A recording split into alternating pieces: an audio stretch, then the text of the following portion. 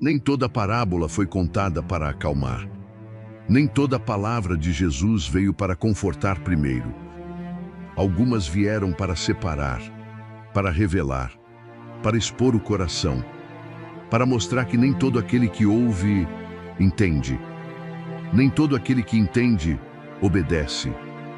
E nem todo aquele que anda perto do reino, entra nele. As parábolas de Jesus atravessaram os séculos cercadas de admiração, repetidas em púlpitos, citadas em livros, ensinadas a crianças, lembradas por multidões. Mas, ao mesmo tempo, muitas delas foram suavizadas, reduzidas, transformadas em histórias bonitas, em lições morais rápidas, em mensagens inspiradoras que cabem bem na memória, mas não descem com peso suficiente até a alma. E esse é um dos grandes perigos, porque quando as parábolas perdem sua força original, o homem passa a admirar aquilo que deveria temer, e a ouvir como poesia aquilo que foi dito como juízo, como chamado e como confronto. Jesus não contou parábolas para entreter curiosos. Ele não estava apenas ilustrando ideias espirituais de forma leve. Em muitos momentos, ele estava revelando os mistérios do reino de Deus e, ao mesmo tempo, escondendo a verdade dos corações endurecidos. Ele estava abrindo os olhos de alguns e mostrando a cegueira de outros.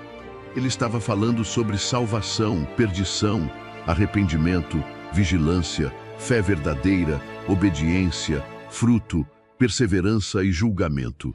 E é exatamente por isso que esse tema precisa ser tratado com seriedade. Porque a pergunta não é apenas se você conhece essas parábolas. A pergunta é, você entendeu o que elas realmente exigem de quem quer ser salvo? E mais do que isso, será que muitas pessoas estão ouvindo as parábolas de Jesus há anos e ainda assim não compreenderam o aviso central que elas carregam? Será que parte da fé popular transformou alertas eternos em mensagens confortáveis demais? Será que aquilo que Cristo contou para despertar o pecador foi, em muitos casos, transformado apenas em linguagem religiosa sem impacto real sobre a vida? É aqui que este vídeo precisa ser diferente. Aqui, quem responde não é a tradição solta, não é o costume repetido sem exame, não é a opinião popular, não é a interpretação emocional que ignora o contexto. Aqui, quem responde é a Escritura. Aqui, o texto bíblico governa. Aqui, toda conclusão precisa se curvar diante da palavra de Deus. E isso significa que nós não vamos correr, não vamos forçar sentidos, não vamos usar as parábolas como enfeite de sermão. Vamos olhar para elas com reverência, com cuidado, com contexto e com temor. Ao longo desta jornada, você vai perceber que essas parábolas não falam apenas sobre personagens antigos, cenas agrícolas, servos, sementes, noivos, portas, azeite, joio, redes ou banquetes. Elas falam sobre o estado real do coração humano diante de Deus. Falam sobre quem apenas escuta e quem de fato recebe. Falam sobre quem parece estar perto, mas está perdido. Falam sobre a diferença entre uma fé superficial e uma fé que persevera até o fim. E falam, de maneira direta e profunda, sobre o tipo de resposta que o reino exige de todo homem e de toda mulher. Nós vamos examinar 10 parábolas de Jesus que todo cristão precisa entender com clareza, não para acumular informação religiosa, não para sair daqui apenas com mais conhecimento, mas para enxergar, à luz da própria Bíblia, o que Cristo estava realmente dizendo quando falava de salvação, juízo, vigilância e transformação. Porque há parábolas que consolam, sim, mas há parábolas que abalam, há parábolas que curam, e há parábolas que arrancam a máscara de uma religiosidade vazia. Se Jesus contou essas histórias para revelar a verdade do reino, então elas não podem ser tratadas como detalhes secundários da fé. Elas precisam ser ouvidas como o próprio Senhor quis que fossem ouvidas, com atenção, com humildade e com temor diante da eternidade. Então agora, deixe de lado a leitura apressada, a interpretação rasa e a ideia de que já sabe tudo sobre essas palavras de Jesus. porque a partir deste momento, nós não vamos apenas recordar parábolas conhecidas. Nós vamos entrar no peso daquilo que Cristo quis revelar por meio delas. A primeira parábola que Jesus coloca diante de nós é a parábola do semeador. E não é sem razão que ela aparece no início desta jornada. Porque, antes de falar sobre vigilância, juízo, fidelidade, humildade ou preparo para o encontro com Deus, Cristo começa no lugar mais decisivo de todos, a forma como o coração humano recebe a palavra. Em Mateus capítulo 13, versículos 3 a 9, Jesus descreve um semeador que sai para semear. A cena é simples. Um homem lança sementes, algumas caem à beira do caminho, outras em solo pedregoso, outras entre espinhos e outras em boa terra. À primeira vista, parece apenas uma imagem agrícola. Mas, na verdade, Jesus está revelando uma realidade espiritual profunda. A mesma palavra é anunciada, mas ela não produz o mesmo efeito em todos, porque os corações não são iguais diante de Deus. É isso que torna essa parábola tão séria. O problema não está na semente. A semente é boa. A semente representa a palavra de Deus. E a palavra de Deus não falha por ser fraca, confusa ou insuficiente. O que Jesus expõe aqui é outra coisa. O grande problema está no solo, está na condição interior de quem ouve. Isso muda completamente o foco.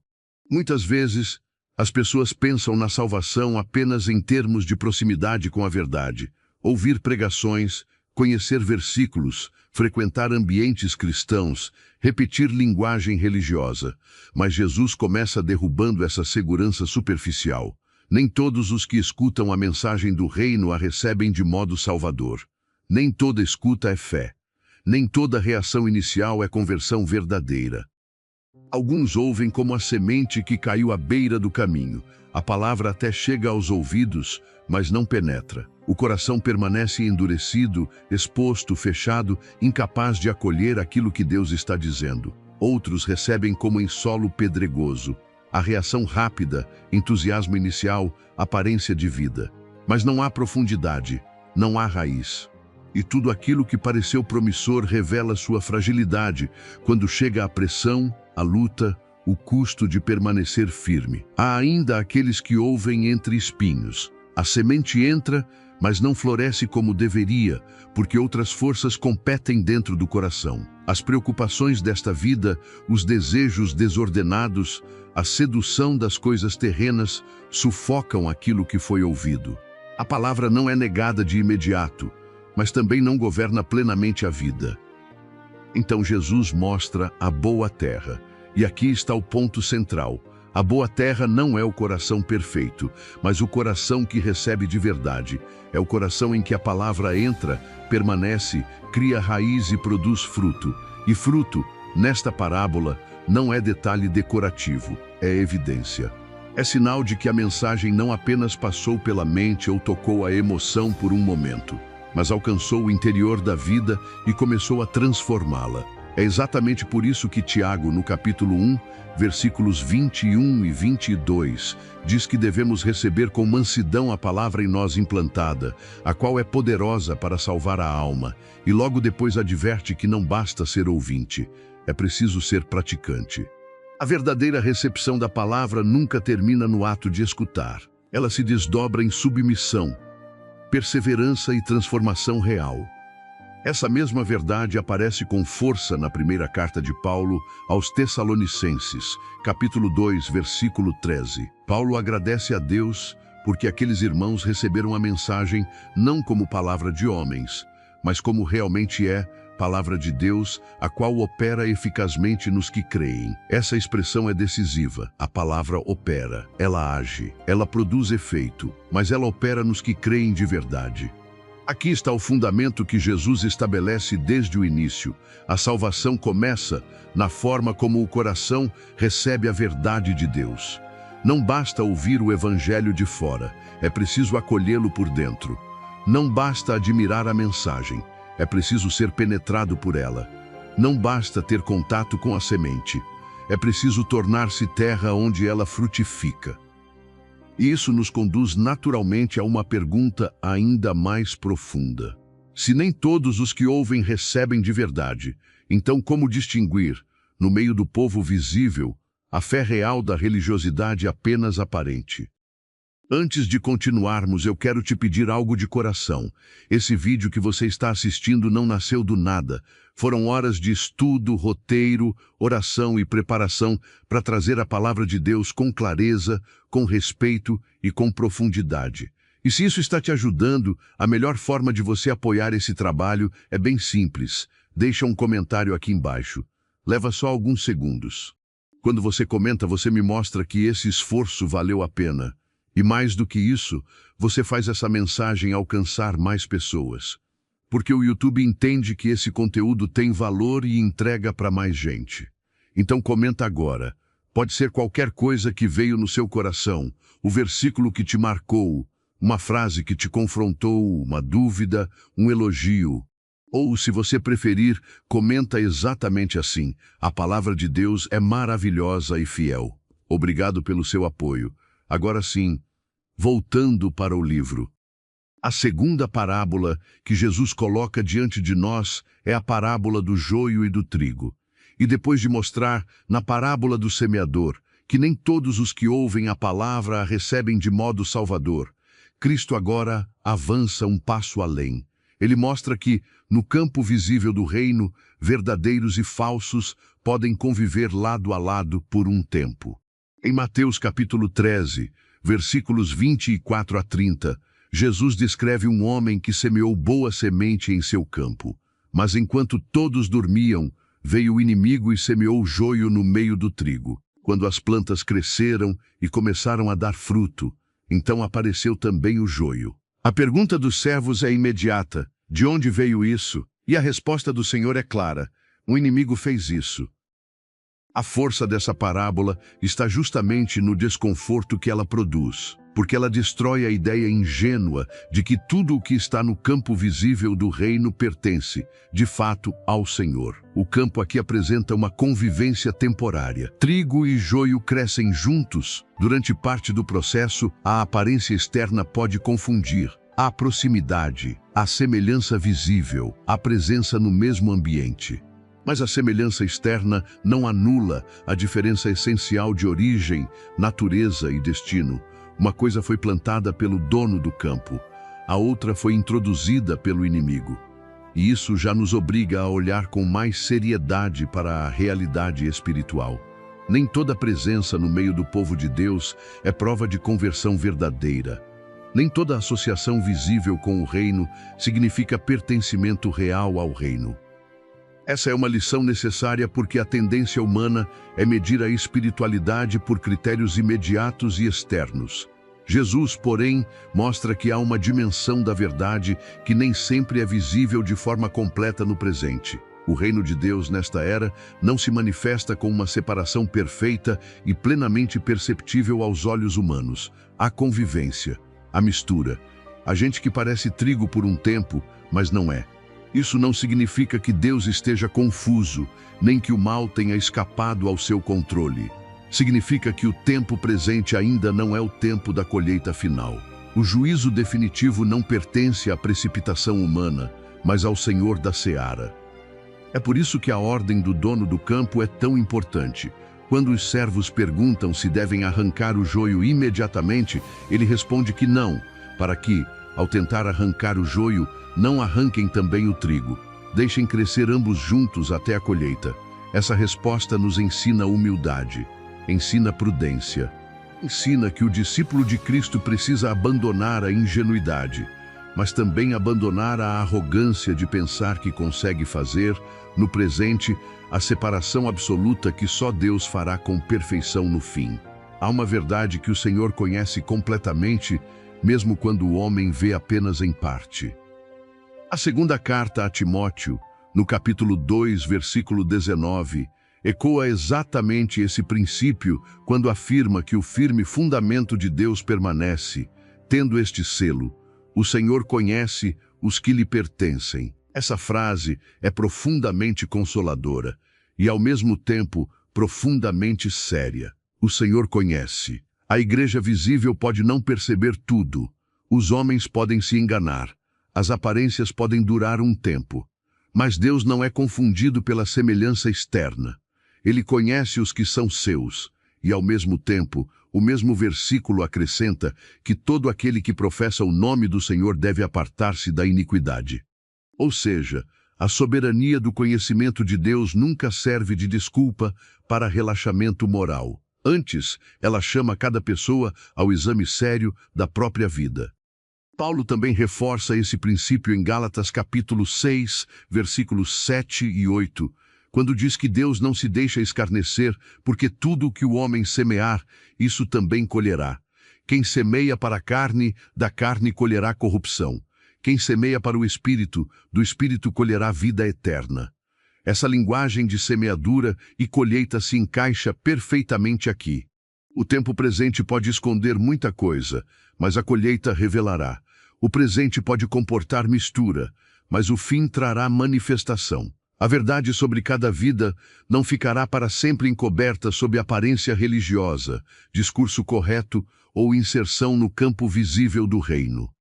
É exatamente isso que a parábola do joio e do trigo acrescenta à nossa compreensão da salvação. Ela nos impede de pensar que basta estar perto, basta crescer no mesmo campo, basta compartilhar a paisagem religiosa. Cristo está dizendo que a separação final revelará quem realmente era filho do reino e quem apenas parecia ser.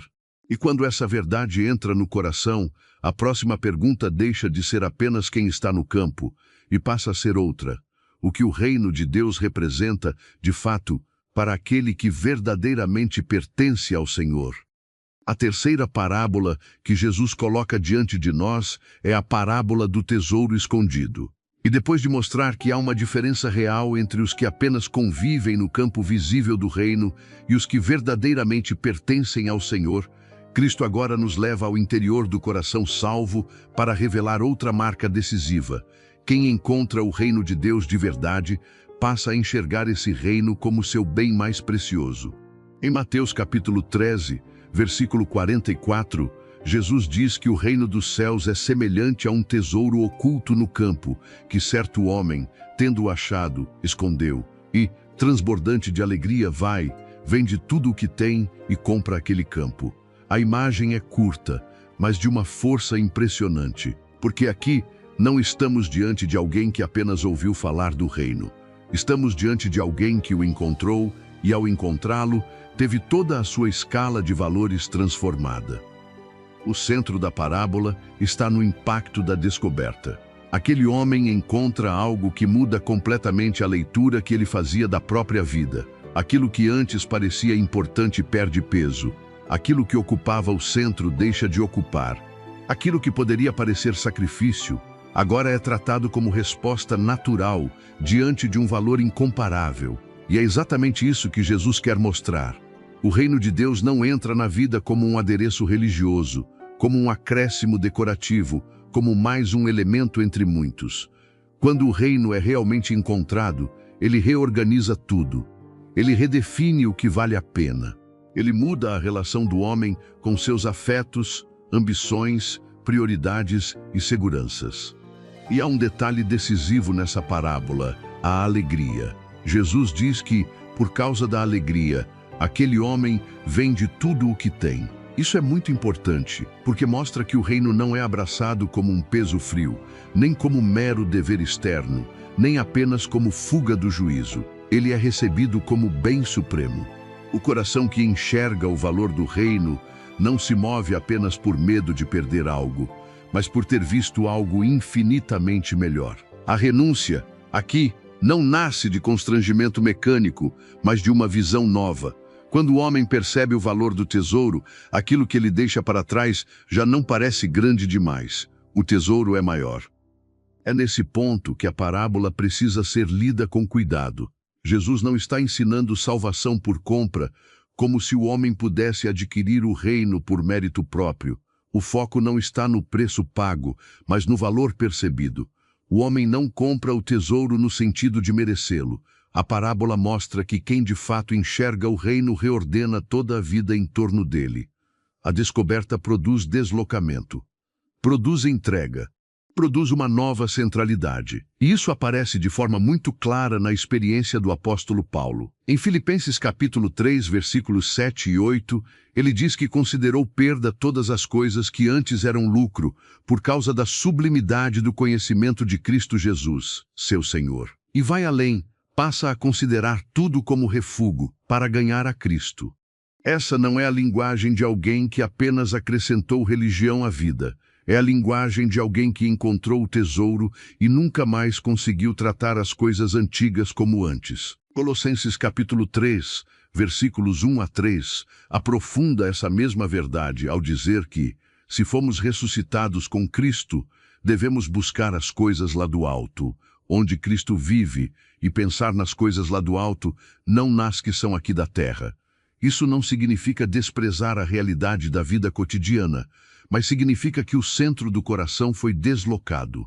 A vida do salvo já não está definida pelos mesmos critérios do velho homem. Seus olhos foram erguidos, seus afetos foram redirecionados. Seu tesouro não está mais no mesmo lugar. É isso que esta parábola acrescenta à nossa compreensão da salvação. Ser salvo não é apenas parar de fazer certas coisas erradas. Não é apenas tentar escapar do inferno. É reconhecer, com o coração transformado, que nada se compara ao valor de pertencer ao reino de Deus e conhecer a Cristo. Quando esse tesouro é visto de verdade, tudo mais passa a ocupar lugar secundário. E se o reino é um tesouro de valor incomparável, então Jesus aprofunda ainda mais essa verdade, mostrando que o coração convertido não apenas o encontra, mas o busca e o prefere acima de tudo. A quarta parábola que Jesus coloca diante de nós é a parábola da pérola de grande valor. E se a parábola do tesouro escondido mostrou o impacto de quem encontra o reino e reconhece nele um valor que supera tudo, agora Cristo ilumina outro lado dessa mesma verdade. Ele fala não apenas de uma descoberta inesperada, mas de uma busca. Em Mateus capítulo 13, versículos 45 e 46, Jesus diz que o reino dos céus é também semelhante a um negociante que procura boas pérolas. E tendo achado uma pérola de grande valor, vendeu tudo o que possuía e a comprou. A cena é breve, mas profundamente reveladora. Aqui está um homem acostumado a procurar o que tem valor. Ele não é alguém alheio à busca. Ele está em movimento. Está examinando, está avaliando, está procurando algo precioso. E isso nos ajuda a entender uma dimensão importante da salvação. Há corações que atravessam a vida tentando encontrar segurança, verdade, paz, permanência, sentido, descanso, e vão de coisa em coisa, de expectativa em expectativa, de promessa em promessa, até que finalmente encontram em Cristo aquilo que nada mais poderia oferecer. Essa figura do negociante é importante porque ela espelha algo muito humano. O homem caído continua buscando. Busca realização, busca direção, busca plenitude, busca alguma certeza que possa sustentar a alma. Mas, enquanto essa busca permanece dispersa nas coisas criadas, ela nunca chega ao descanso verdadeiro. O coração se move, procura, compara, acumula experiências, tenta firmar-se em bens, status, prazeres, relações, conquistas, religiosidade, reconhecimento, e ainda assim continua incompleto. A parábola mostra um homem habituado a lidar com coisas valiosas, alguém que sabe reconhecer preço e raridade. Mas de repente ele encontra algo que não entra apenas como mais um bem entre outros. Ele encontra a pérola. Não uma entre muitas, mas aquela que supera todas as outras. E quando isso acontece, tudo o que antes ocupava espaço em sua busca perde centralidade. É esse o ponto decisivo. A pérola de grande valor não vem para somar, ela vem para redefinir. Ela não é incorporada ao inventário anterior como mais uma aquisição religiosa ou espiritual. Ela se torna o novo centro. O homem vende tudo porque entendeu que aquilo que encontrou não pode ser colocado no mesmo nível do restante. O reino de Deus, revelado em Cristo, encerra a busca fragmentada do coração porque oferece aquilo que nenhuma outra realidade oferece. Verdade sem mistura, paz real diante de Deus, reconciliação, sentido eterno, perdão, vida e um bem que não se corrompe. O problema central do homem não é apenas falta de informação religiosa. É desordem de amor. É dispersão de desejo. É procurar em muitos lugares aquilo que só pode ser encontrado no Senhor. Por isso esta parábola não fala apenas sobre valor percebido, mas sobre desejo redirecionado. O encontro com o reino reorganiza a busca humana. O coração deixa de vagar sem centro, deixa de fazer do mundo seu mercado de esperanças, deixa de tratar as coisas passageiras como se fossem o bem supremo. A fé salvadora fixa a vida em um único alvo maior. E essa leitura se harmoniza profundamente com Hebreus capítulo 11, versículo 6, quando a Escritura afirma que, sem fé, é impossível agradar a Deus, porque é necessário que aquele que se aproxima dele creia que ele existe e que se torna galardoador dos que o buscam. A verdadeira busca só encontra seu destino quando chega a Deus. Fora dele, a alma até se movimenta, mas não repousa.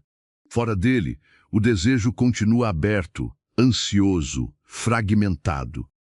Essa verdade alcança sua profundidade máxima quando lembramos o que Paulo diz em Colossenses capítulo 2, versículos 2 e 3.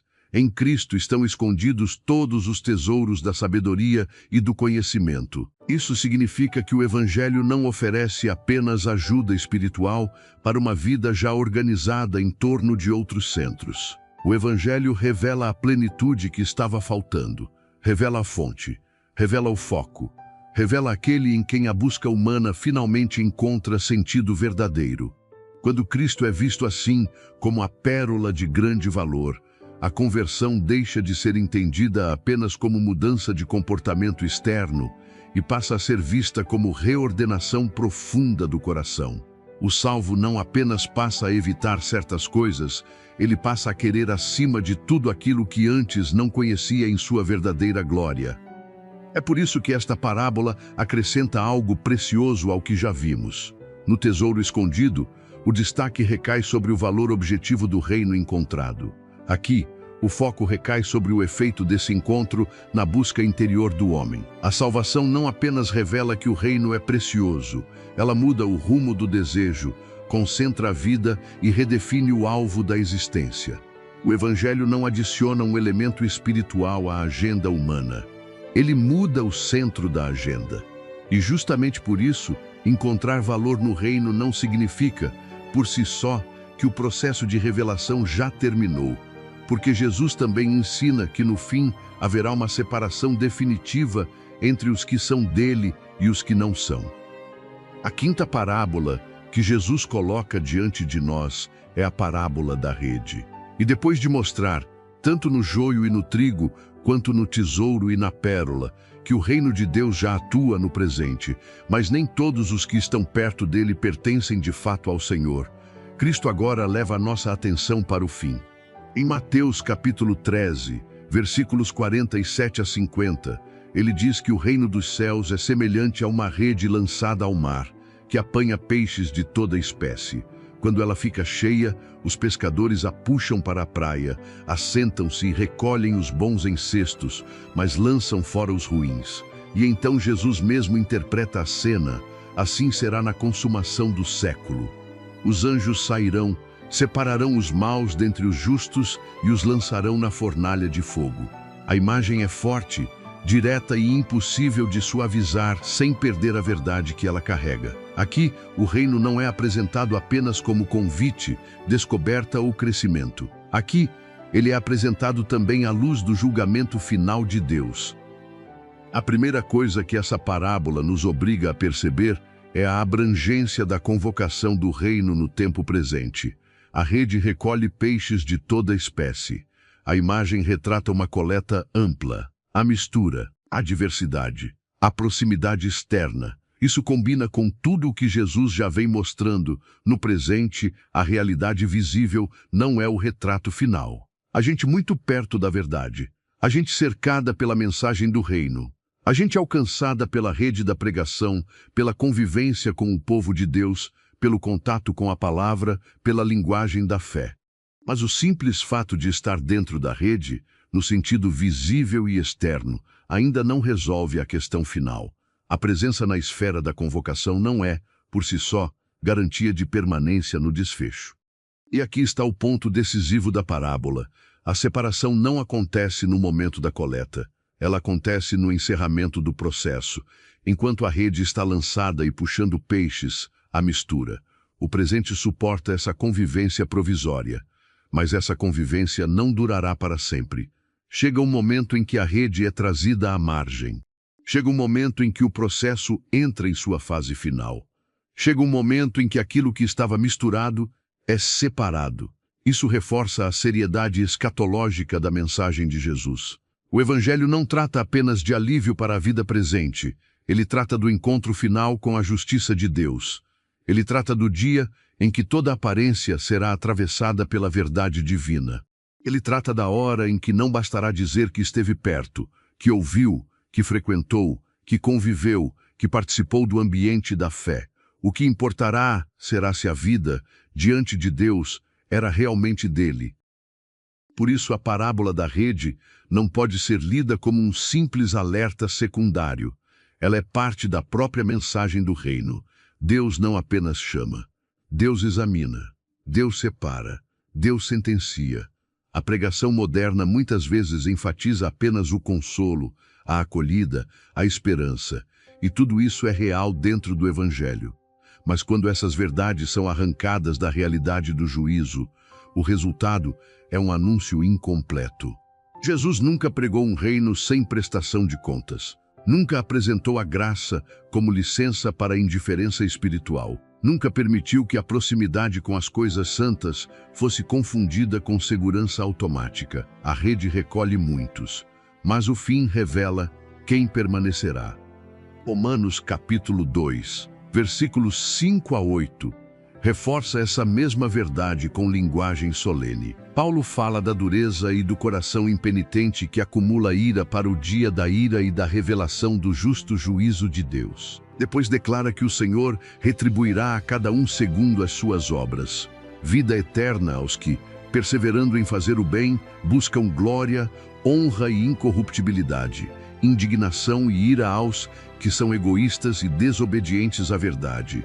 Isso não ensina salvação por mérito humano, mas mostra que o juízo final revelará publicamente a realidade moral e espiritual de cada vida. O fruto não compra a salvação, mas expõe o que o coração amou, serviu e seguiu. Paulo volta a esse ponto em 2ª Carta aos Coríntios, capítulo 5, versículo 10, quando afirma que todos devemos comparecer perante o tribunal de Cristo para que cada um receba segundo o bem ou o mal que tiver feito por meio do corpo. Essa palavra elimina qualquer tentativa de tratar a eternidade com leveza. Todos comparecerão. Ninguém ficará fora desse encontro. Isso dá à parábola da rede uma força ainda maior. Ela não está descrevendo uma possibilidade remota, mas uma certeza. Haverá separação, haverá exame, haverá manifestação pública da verdade. É por isso que esta parábola acrescenta algo indispensável ao nosso entendimento da salvação. Ela nos obriga a ler tudo à luz do fim. Obriga-nos a lembrar que o Evangelho não é apenas uma mensagem para tornar a vida presente mais suportável, mais organizada ou mais religiosa. Ele é a mensagem que prepara o homem para comparecer diante de Deus. A pergunta, então, já não é apenas se alguém esteve perto da rede. A pergunta é se pertence, de fato, ao grupo que permanecerá quando a separação vier. E se haverá uma separação final, então a grande questão passa a ser esta: o que distingue os que apenas convivem com a verdade daqueles que realmente estão preparados para o encontro com o Senhor? A 6ª parábola que Jesus coloca diante de nós é a parábola das 10 virgens. E depois de mostrar que haverá uma separação final feita pelo próprio Senhor, Cristo agora nos leva a olhar para um ponto ainda mais íntimo e perturbador. É possível estar muito perto da linguagem da esperança cristã, muito perto da expectativa da volta do Senhor, muito perto do ambiente da fé, e ainda assim não estar preparado para encontrá-lo. Em Mateus capítulo 25, versículos 1 a 13, Jesus fala de 10 virgens que saíram ao encontro do noivo. Todas estavam ali para o mesmo evento. Todas participavam da mesma expectativa. Todas levavam lâmpadas. Todas aguardavam a chegada do noivo. À primeira vista, tudo parece semelhante. Tudo parece ordenado. Tudo parece indicar que aquelas 10 pertencem ao mesmo grupo e caminham na mesma direção. Mas é justamente aqui que a parábola se torna tão séria, porque a semelhança externa esconde uma diferença profunda que só será revelada no momento decisivo. Esse detalhe é central. A distinção entre as prudentes e as nécias não aparece primeiro na aparência pública, mas na preparação invisível. 5 eram prudentes e 5 eram nécias. As prudentes levaram azeite em suas vasilhas, junto com as lâmpadas. As nécias levaram as lâmpadas, mas não levaram azeite consigo. Isso significa que havia um elemento essencial que não podia ser percebido imediatamente apenas pelo fato de todas estarem presentes, de todas participarem da espera e de todas portarem os sinais externos daquela ocasião. A parábola está desmontando, mais uma vez, a confiança no que pode ser visto superficialmente. Nem toda expectativa religiosa é fé salvadora. Nem toda linguagem de espera pelo Senhor é prova de prontidão real. E há outro detalhe importante: o noivo demora. Todas cochilam e adormecem. Jesus introduz deliberadamente a demora para expor a consistência da preparação. Porque enquanto tudo parece próximo, imediato e sob controle, até a religiosidade superficial consegue se manter por algum tempo. O problema aparece quando a espera se alonga, quando o tempo passa, quando a expectativa é provada pela demora, quando o entusiasmo externo já não basta. É então, à meia-noite, que se ouve o clamor: eis o noivo, saí ao seu encontro. Nesse momento, o que estava escondido se torna incontornável. As lâmpadas das nécias começam a se apagar. E aquilo que poderia parecer um detalhe revela ser a diferença entre entrar e ficar de fora. O problema das virgens nécias, portanto, não é uma simples distração momentânea. Não é um tropeço pequeno de última hora. É falta de preparação real para um encontro que de fato aconteceria. Elas viviam próximas do evento, falavam a linguagem da espera, estavam no grupo das que aguardavam, mas não se prepararam de modo correspondente à seriedade daquele momento. Queriam participar da chegada do noivo, mas sem a vigilância que essa espera exigia. E isso torna a parábola profundamente desconfortável para toda religião de aparência, porque Jesus está dizendo que a falsa segurança pode viver muito perto do verdadeiro povo de Deus e ainda assim ser desmascarada no fim. A recusa das prudentes em dividir o azeite também precisa ser entendida corretamente. Não se trata de egoísmo moral. O ponto da parábola é que há realidades espirituais que não podem ser transferidas no último instante. A preparação para encontrar o Senhor não pode ser emprestada. A vigilância não pode ser terceirizada. A prontidão espiritual não pode ser improvisada quando a porta já está para se fechar. Cada vida comparece diante de Deus com a verdade daquilo que foi. Por isso, quando as nécias vão comprar azeite e retornam, a porta já está fechada. E a resposta do noivo é uma das mais duras de toda a parábola: em verdade vos digo que não vos conheço. Isso mostra que o problema não era apenas falta de um recurso externo, mas ausência de relação verdadeira reconhecida pelo próprio noivo. Essa mensagem ecoa com força em 1ª carta aos Tessalonicenses, capítulo 5, versículos 4 a 6. Paulo diz que os filhos da luz não estão em trevas, para que aquele dia os apanhe como ladrão. E então exorta: não durmamos, pois como os demais. Pelo contrário, vigiemos e sejamos sóbrios. A vigilância, aqui, não é histeria religiosa nem curiosidade sobre datas. É lucidez espiritual. É vida sóbria. É coração desperto para Deus. É perseverança real enquanto o mundo segue dormindo em falsa segurança. A volta de Cristo não é um detalhe periférico da fé. Ela exige um tipo de vida compatível com a esperança professada. Segunda carta de Pedro, capítulo 3, versículos 11 a 14, aprofunda isso ainda mais. Pedro, falando sobre a dissolução de todas as coisas e a vinda do dia de Deus, pergunta que tipo de pessoas devemos ser em santo procedimento e piedade. Depois exorta os crentes a esperarem essas coisas e a se empenharem para serem achados por ele em paz, sem mácula e irrepreensíveis. Isso mostra que a esperança cristã nunca foi concebida como espera passiva, relaxada ou puramente verbal. Esperar o Senhor, biblicamente, é viver de forma coerente com a sua vinda. É perseverar em santidade. É permanecer acordado em meio à demora. É não permitir que o tempo corroa a realidade interior da fé. É exatamente isso que a parábola das 10 virgens acrescenta ao nosso entendimento da salvação. Ela mostra que a salvação exige prontidão perseverante. Não basta parecer alguém que espera. Não basta carregar a lâmpada da aparência religiosa. Não basta estar no grupo visível das que saem ao encontro do noivo. O que importa é estar preparado de verdade quando ele vier. E essa preparação se prova não no momento fácil da expectativa inicial, mas no tempo longo da demora, quando só permanece de pé aquilo que é real. Mas a prontidão para o encontro com Cristo não é passiva. Quem realmente o aguarda vive de maneira fiel enquanto espera a sua volta. A 7ª parábola que Jesus coloca diante de nós é a parábola dos talentos. E depois de mostrar, na parábola das 10 virgens, que a salvação exige vigilância real e preparação perseverante para o encontro com o Senhor, Cristo agora mostra que essa espera não é vazia, imóvel ou estéril. Em Mateus capítulo 25, versículos 14 a 30, Jesus fala de um homem que, ausentando-se do país, chamou os seus servos e lhes confiou os seus bens. A um deu 5 talentos, a outro 2 e a outro 1, a cada um segundo a sua própria capacidade.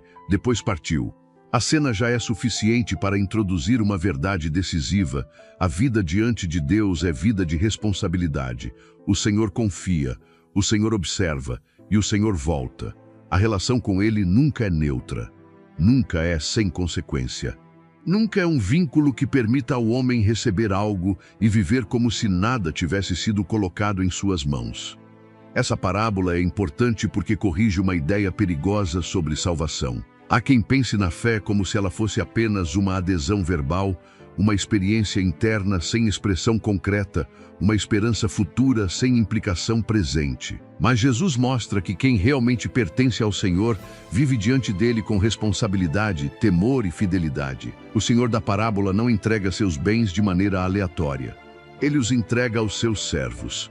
E isso significa que o que foi confiado carrega uma expectativa de resposta. Os 2 primeiros servos saem imediatamente a negociar e multiplicam o que receberam. O terceiro, porém, cava a terra e esconde o talento do seu senhor.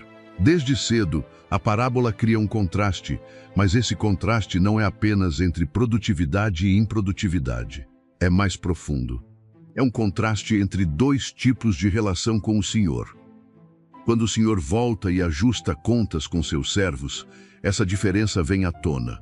Os 2 primeiros apresentam fruto, não apresentam desculpas, não apresentam medo paralisante, não devolvem apenas o que receberam de forma intacta e estéril.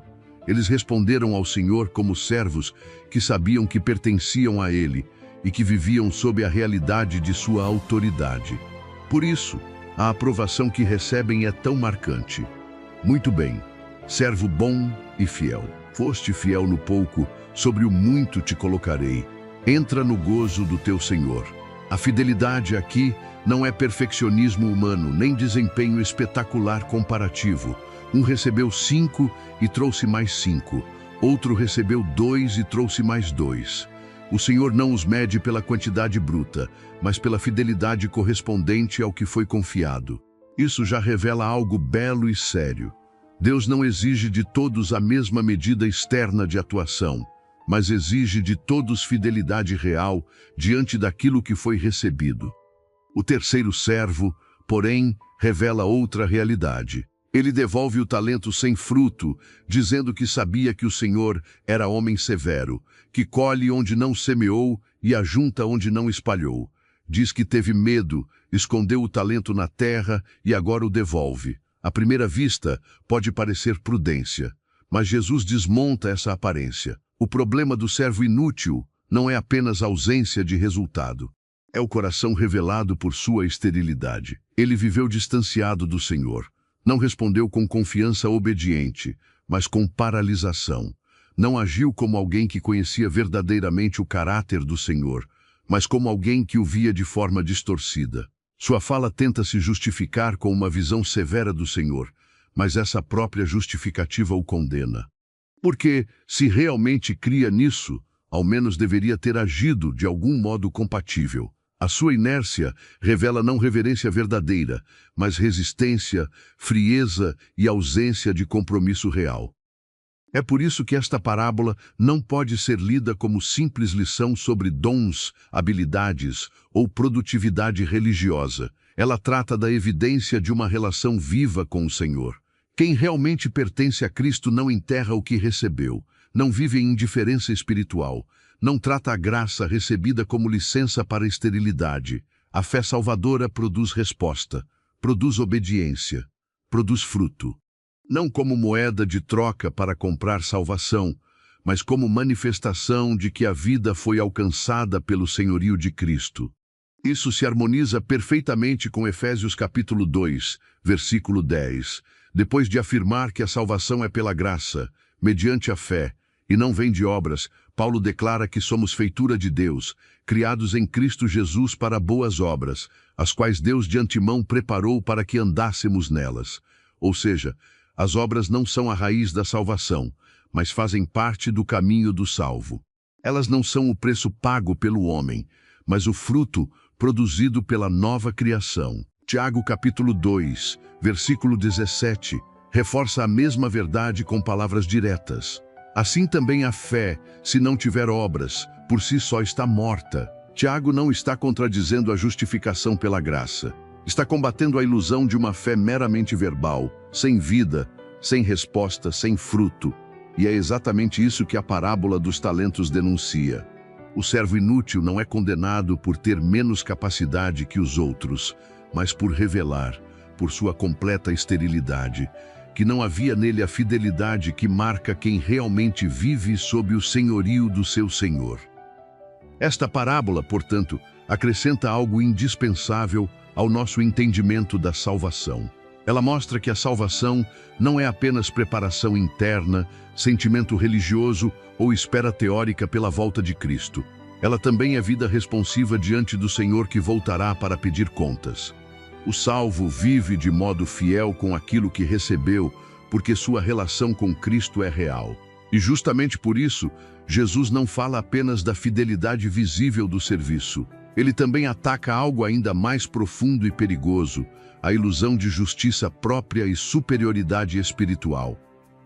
A oitava parábola que Jesus coloca diante de nós é a parábola do fariseu e do publicano. E, neste ponto da jornada, ela se torna indispensável, porque depois de falar sobre fruto, vigilância e fidelidade, alguém poderia cair num erro grave. Imaginar que a salvação pertence ao mais impressionante, ao mais disciplinado na aparência, ao mais elogiado no ambiente religioso. É exatamente esse engano que Jesus destrói em Lucas capítulo 18, versículos 9 a 14. O próprio texto já revela o alvo da parábola. Ele a propôs a alguns que confiavam em si mesmos, por se considerarem justos e desprezavam os outros. Isso define tudo. Cristo não está falando aqui contra a obediência verdadeira, mas contra a justiça própria.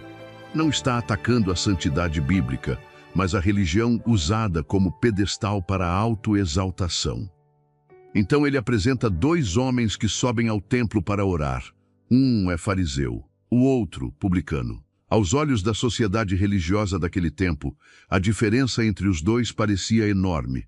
O fariseu carregava reputação, o publicano carregava desprezo. O fariseu parecia puro, o publicano parecia manchado. O fariseu representava rigor moral, o publicano representava culpa pública. Mas Jesus conduz a cena de modo que a verdadeira condição espiritual de cada um não seja medida pela fama que possuem entre os homens, e sim pela postura que assumem diante de Deus. O fariseu ora de pé. Suas palavras parecem religiosas, mas estão contaminadas por autoadmiração. Ele agradece por não ser como os demais homens, roubadores, injustos, adúlteros, nem ainda como aquele publicano. Depois apresenta seu currículo, jejua 2 vezes por semana e dá o dízimo de tudo quanto ganha. Note o que acontece aqui. Ele usa a religião para se comparar. Usa práticas externas para se exaltar. Transforma a oração, que deveria ser confissão, dependência e busca de Deus, em vitrine de si mesmo. O centro de sua fala não é a santidade do Senhor, nem a necessidade de misericórdia, mas a sua própria performance. Sua justiça é comparativa. Ele se sente forte porque olha para baixo, para o próximo, e não para cima, para Deus. O publicano, porém, aparece de outro modo. Fica à distância. Não ousa sequer levantar os olhos ao céu. Bate no peito e diz: ó Deus, sê propício a mim, pecador. Aqui não há discurso ornamentado, não há currículo, não há comparação, há consciência de culpa, há quebrantamento, há dependência da misericórdia divina. Ele não apresenta argumentos para convencer Deus de que merece alguma coisa. Ele clama porque sabe que não merece. E é exatamente sobre esse homem que recai a declaração surpreendente de Jesus. Este desceu justificado para sua casa, e não aquele. Isso muda tudo. A justificação não repousa sobre o que exibe méritos, mas sobre o que abandona a autoconfiança e se lança na graça. Essa verdade está em perfeita harmonia com Efésios capítulo 2, versículos 8 e 9, onde Paulo afirma que pela graça somos salvos mediante a fé, e isso não vem de nós, é dom de Deus, não de obras, para que ninguém se glorie. A salvação, portanto, não é salário pago ao mais impressionante, é dom concedido ao que crê. E Tito capítulo 3, versículo 5, reforça ainda mais. Deus nos salvou não por obras de justiça praticadas por nós, mas segundo sua misericórdia. A misericórdia não entra como complemento da meritocracia humana. Ela entra porque o homem, diante de Deus, não pode se justificar a si mesmo. É isso que esta parábola acrescenta à nossa compreensão da salvação. Ela impede que todo o chamado à vigilância, fidelidade e fruto seja interpretado como se o homem pudesse construir sua aceitação diante de Deus por desempenho religioso. Não. O caminho da salvação passa por arrependimento real, humildade profunda e dependência total da misericórdia divina. O salvo não é o que sobe exaltando a si mesmo, mas o que se prostra reconhecendo sua necessidade de graça. E se a salvação não vem de mérito próprio, isso também significa que ninguém pode presumir entrada no reino apenas porque recebeu um convite externo. A nona parábola que Jesus coloca diante de nós é a parábola do grande banquete. E depois de mostrar que a salvação não vem por mérito humano, mas pela graça recebida com arrependimento, Cristo agora expõe outra verdade solene. A graça pode ser oferecida e ainda assim desprezada.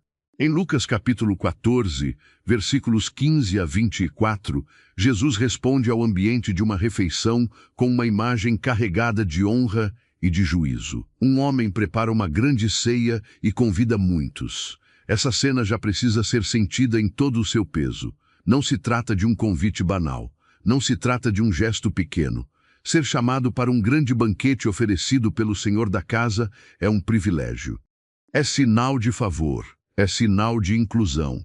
É sinal de que há lugar preparado. Quando Jesus fala dessa ceia, ele está mostrando a glória do chamado do reino. O evangelho não vem ao homem como obrigação fria. Ele vem como convocação graciosa para participar daquilo que Deus preparou. Mas é justamente aqui que a parábola se torna tão séria. Quando chega a hora da ceia, o Senhor envia seu servo para dizer aos convidados: vinde, porque tudo já está preparado. O banquete não está em construção, não está incompleto, não depende do esforço dos convidados para existir. Já está preparado. E isso torna a recusa ainda mais grave.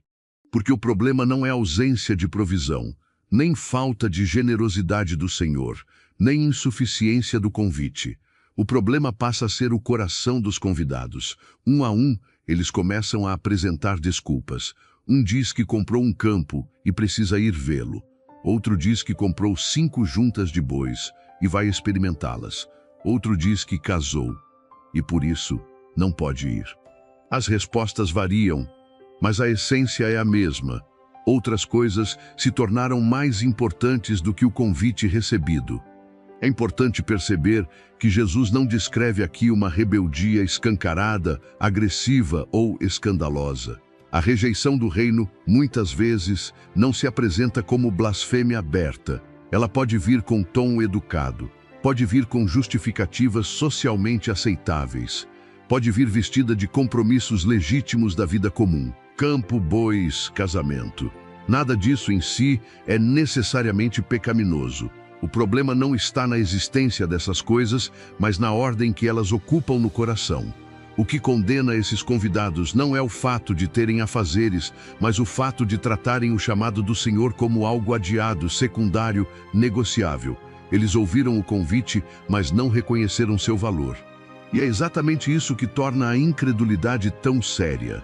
Não apenas recusar a verdade por violência aberta, mas desprezá-la por amor a outras prioridades.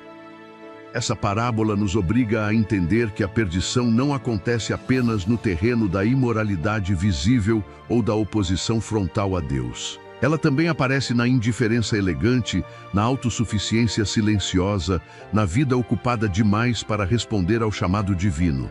O convite do reino é glorioso, mas pode ser tratado como inconveniência. Pode ser ouvido e empurrado para depois. Pode ser reconhecido em teoria, mas nunca abraçado com urgência real. E isso revela um coração que não entendeu a grandeza daquilo que está diante dele. O problema dos convidados não era a falta de informação. Eles sabiam que a ceia existia, sabiam que haviam sido chamados, sabiam que o momento havia chegado. O problema era desprezo pelo valor do convite. É por isso que Hebreus capítulo 2, versículo 3, fala com tanta força quando pergunta: como escaparemos nós se negligenciarmos tão grande salvação? A palavra ali é decisiva, negligenciarmos. O texto não fala primeiro de perseguição aberta à verdade, mas de descuido, de menosprezo, de tratamento inadequado da grandeza da salvação. A condenação não vem apenas sobre quem odeia o Evangelho de forma explícita, mas também sobre quem o trata como assunto adiável, periférico, não urgente. A grandeza da salvação exige uma resposta à altura de sua glória. Paulo também reforça essa urgência em segunda carta aos Coríntios, capítulo 6, versículos 1 e 2, quando exorta para que a graça de Deus não seja recebida em vão, e então declara: eis agora o tempo sobremodo oportuno, eis agora o dia da salvação. Isso se encaixa perfeitamente na lógica da parábola. Quando o Senhor diz que tudo já está preparado, a hora de responder chegou. Não é tempo de desculpas, não é tempo de adiar, não é tempo de empurrar o reino para a margem da existência enquanto outras coisas ocupam o centro. O chamado de Deus exige resposta séria, imediata e reverente. E então a parábola avança para um desfecho ainda mais marcante. O senhor da casa, indignado com a recusa, manda trazer os pobres, os aleijados, os cegos e os coxos. Depois ordena que o servo saia pelos caminhos e atalhos e force a entrar todos quantos encontrar, para que sua casa fique cheia. Isso mostra que a recusa dos primeiros convidados não frustra os propósitos de Deus. O banquete acontecerá, a casa será cheia. O problema não está do lado do senhor da festa, mas do lado dos que consideraram outras coisas mais importantes do que entrar. E a palavra final é severa: nenhum daqueles homens que foram convidados provará a minha ceia. A recusa tem consequências. Desprezar o chamado gracioso de Deus não é algo neutro. É uma decisão com peso eterno. É isso que esta parábola acrescenta à nossa compreensão da salvação. Ela mostra que o convite do Evangelho é glorioso, mas desprezá-lo revela perdição. A salvação exige resposta ao chamado de Deus. Não pode ser tratada com indiferença, nem empurrada indefinidamente para depois, porque há um momento em que a recusa deixa de ser apenas atraso e se torna exclusão. Mas Jesus ainda leva essa verdade a um ponto mais agudo, mostrando que nem mesmo estar dentro do ambiente do banquete basta, se a pessoa não estiver revestida como convém diante do rei. A 10ª parábola que Jesus coloca diante de nós é a parábola das bodas e da veste nupcial. E ela fecha essa jornada com uma verdade decisiva. Não basta estar perto do reino, não basta ouvir o convite, não basta entrar no ambiente da festa. É preciso estar revestido de modo compatível com a presença do rei. Em Mateus capítulo 22, versículos 1 a 14, Jesus compara o reino dos céus a um rei que celebrou as bodas de seu filho e enviou seus servos a chamar os convidados para a festa. A imagem é ainda mais intensa do que a do grande banquete, porque aqui não se trata apenas de uma ceia honrosa, mas de uma celebração real, uma festa ligada ao Filho do Rei. A convocação, portanto, é carregada de dignidade, glória e solenidade. Entrar nessa festa é participar de algo grandioso, preparado pelo próprio Rei. Mais uma vez, Jesus mostra que o convite é real, amplo e gracioso. Muitos são chamados, servos são enviados. A festa está pronta, a generosidade do rei é manifesta. Mas a parábola não termina no chamado. Ela avança até o momento em que o rei entra para ver os convidados. E então a narrativa concentra toda a atenção em um homem que está ali sem veste nupcial. Isso muda o foco de forma profunda. Porque, depois de falar da recusa de muitos ao convite, Jesus agora mostra que até mesmo a presença dentro do ambiente da festa não resolve tudo. É possível estar no lugar certo externamente e ainda assim estar em condição errada diante do rei. Esse homem sem veste nupcial representa alguém que quer os benefícios da proximidade com o reino sem a realidade da transformação que corresponde ao reino. Quer o ambiente da festa, mas não a condição exigida por aquele que a oferece. Quer a honra da presença, mas não a verdade de uma vida moldada pela vontade do rei. E isso precisa ser entendido com equilíbrio. A parábola não está ensinando que o homem conquista seu lugar por mérito pessoal, como se a veste fosse produzida por justiça própria. Ao contrário, tudo o que vimos até aqui já nos impede de cair nesse erro. A salvação é pela graça, o convite é gracioso. A entrada no reino não é comprada por obras humanas.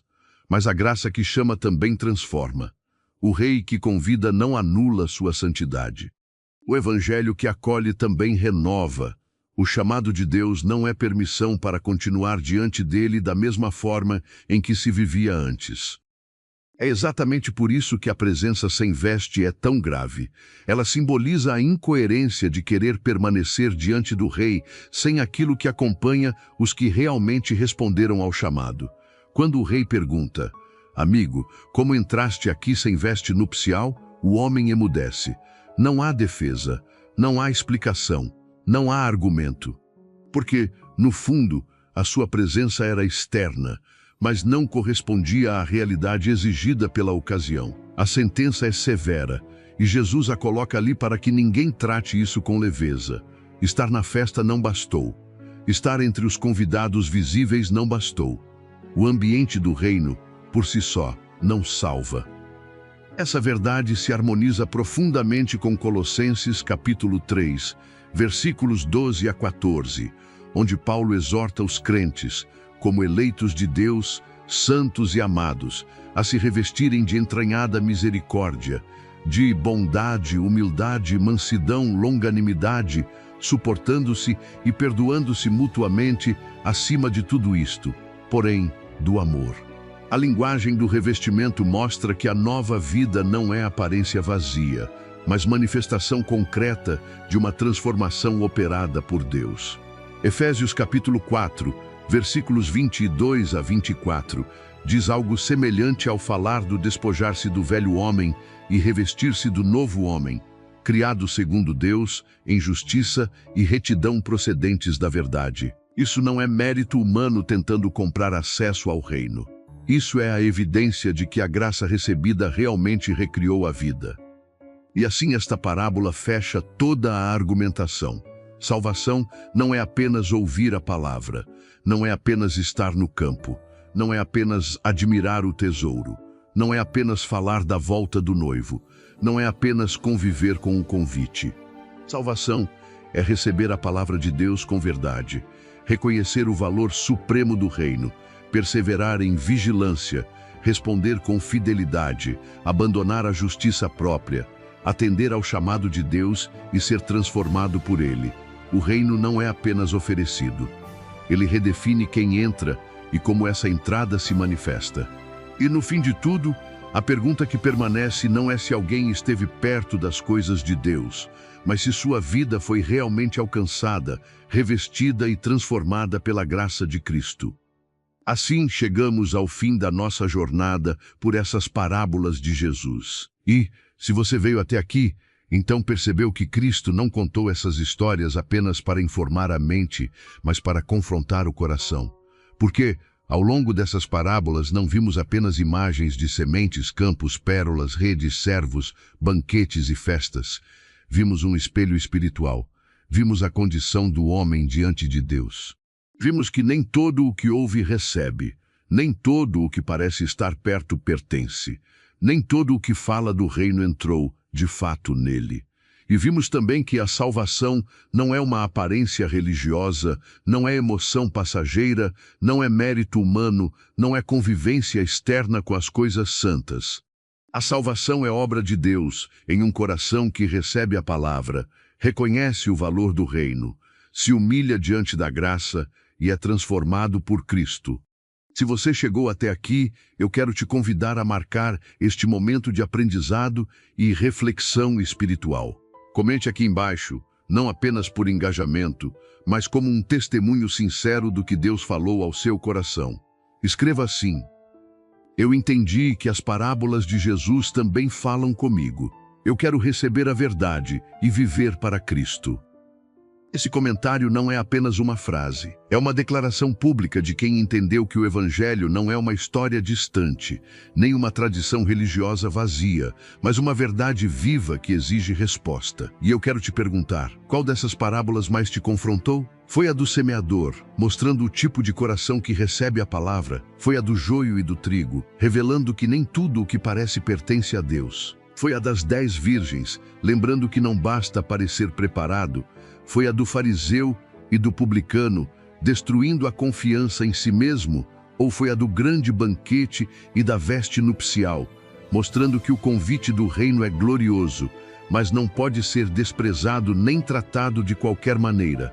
Compartilhe nos comentários. Quando você testemunha, você fortalece sua fé e ajuda outras pessoas a levarem a sério aquilo que ouviram. Oro para que esta jornada não termine aqui como mais um vídeo assistido, mas como um ponto de despertamento espiritual. Que essas parábolas não fiquem apenas na memória, mas desçam ao coração. Que você não seja apenas alguém que ouviu histórias de Jesus, mas alguém que foi alcançado pela verdade que Jesus estava revelando. Que a palavra crie raiz em você. Que o reino se torne o seu tesouro. Que sua vida seja marcada por vigilância, humildade, fidelidade e transformação real. E que você não esteja apenas perto das coisas de Deus, mas de fato rendido ao senhorio de Cristo. E se você ainda não entregou sua vida a Jesus de verdade, este é o momento. Não trate esse chamado com indiferença. Não adie. Não pense que estar perto do Evangelho é o mesmo que pertencer a Cristo.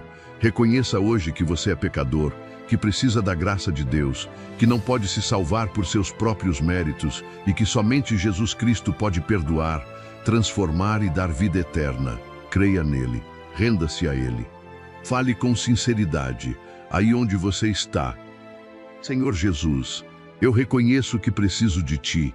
Eu não quero apenas ouvir Tua palavra, eu quero recebê-la de verdade. Perdoa os meus pecados, muda o meu coração e faz de mim alguém que pertence ao Teu reino. Eu entrego minha vida a Ti e quero viver para Ti. Amém.